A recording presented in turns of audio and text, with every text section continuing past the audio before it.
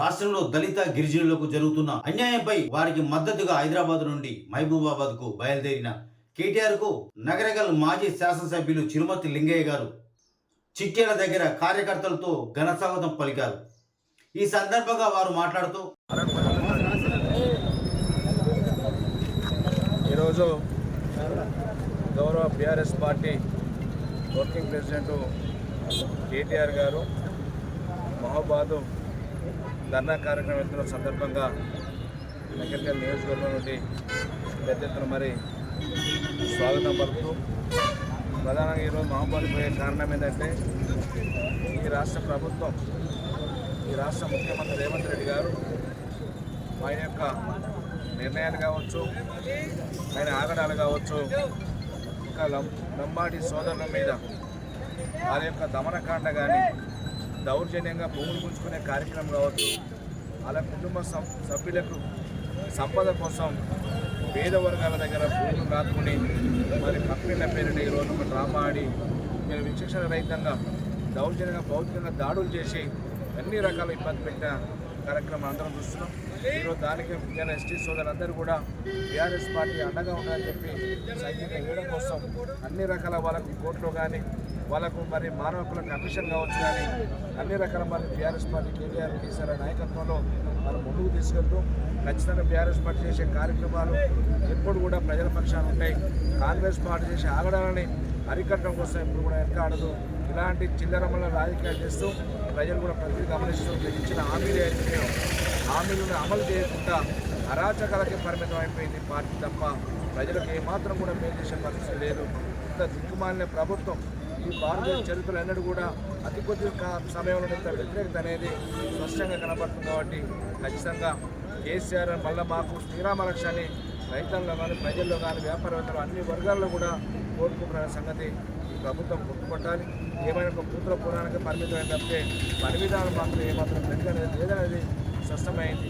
పనిరానికి మాటలు ఎక్కువ వస్తున్నట్టు ఇలా పని చేతగాని రేవంత్ రెడ్డికి మాటలు ఎక్కువైంది, ఫలితం తక్కువైంది.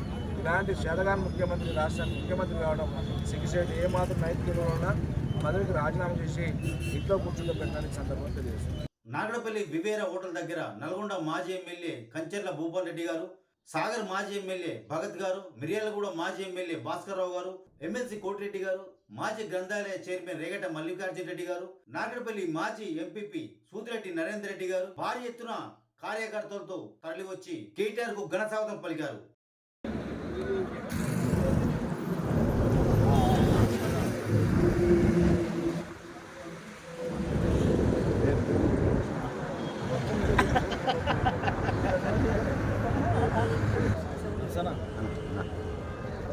అందరినీ లైన్ మీద నిలబెట్టారు, మంచిగా వస్తుంది.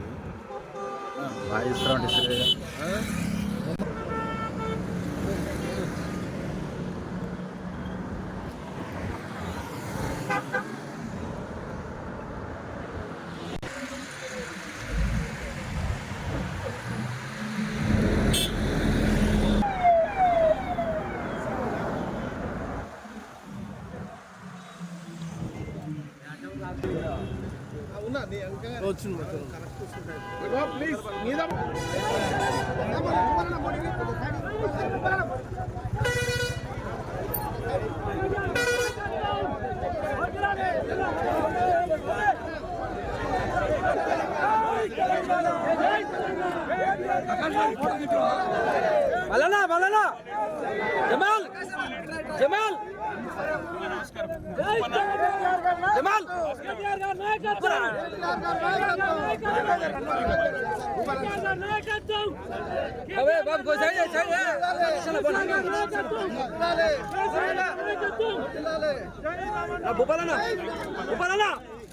ఈ సందర్భంగా సీఎం అంటూ నినాదాలతో హోరెత్తించారు.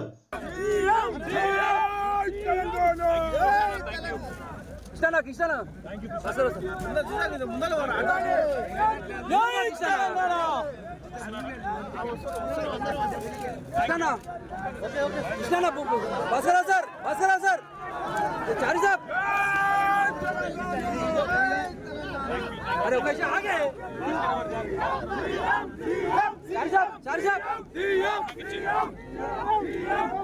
आगे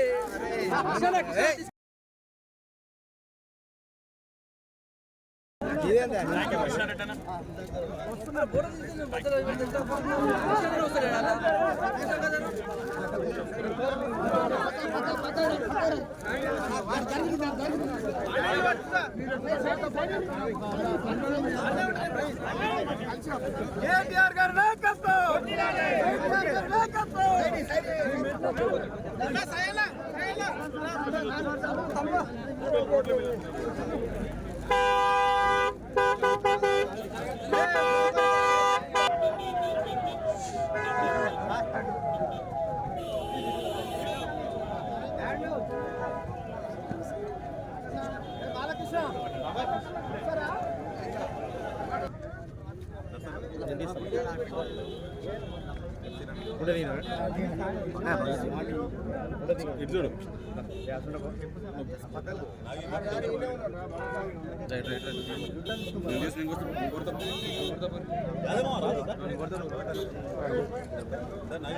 అన్న